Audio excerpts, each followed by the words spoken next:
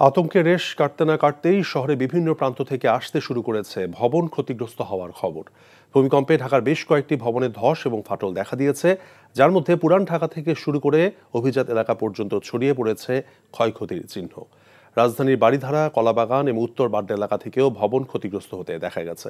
এদিকে ভূমিকম্পের পর থেকে পলাতক পুরান ঢাকার কষাইটুলির ক্ষতিগ্রস্ত ভবন মালিকরা। শনিবার সকালে ভবন পরিদর্শনে গিয়ে ৩ মালিকের কারও দেখা পাননি রাজধানী উন্নয়ন কর্তৃপক্ষ রাজুক কর্মকর্তারা। ক্ষতিগ্রস্ত ঢাকার সব ভবনের তথ্য নেওয়া হচ্ছে বলেও জানান রাজুক চেয়ারম্যান। ঝুঁকিপূর্ণ এসব ভবন চিহ্নিত করে ব্যবস্থা নেওয়া হবে বলেও জানান তিনি।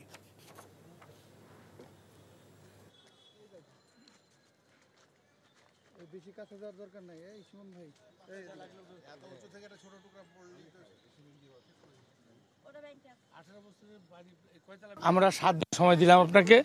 7 দিনের মধ্যে যদি আপনি নকশা না দাখিল করেন তাহলে কিন্তু আমরা পুরো বিল্ডিংটা সিলগালা করে বন্ধ করে দেবো এবং আপনারা চলে বের হয়ে যাবেন। যা ভাড়াটিয়া সহ আপনারা যারা বাস করেন, প্লিজ আমি যা বলতেছি শোনেন, আপনি আমার কথা শোনেন।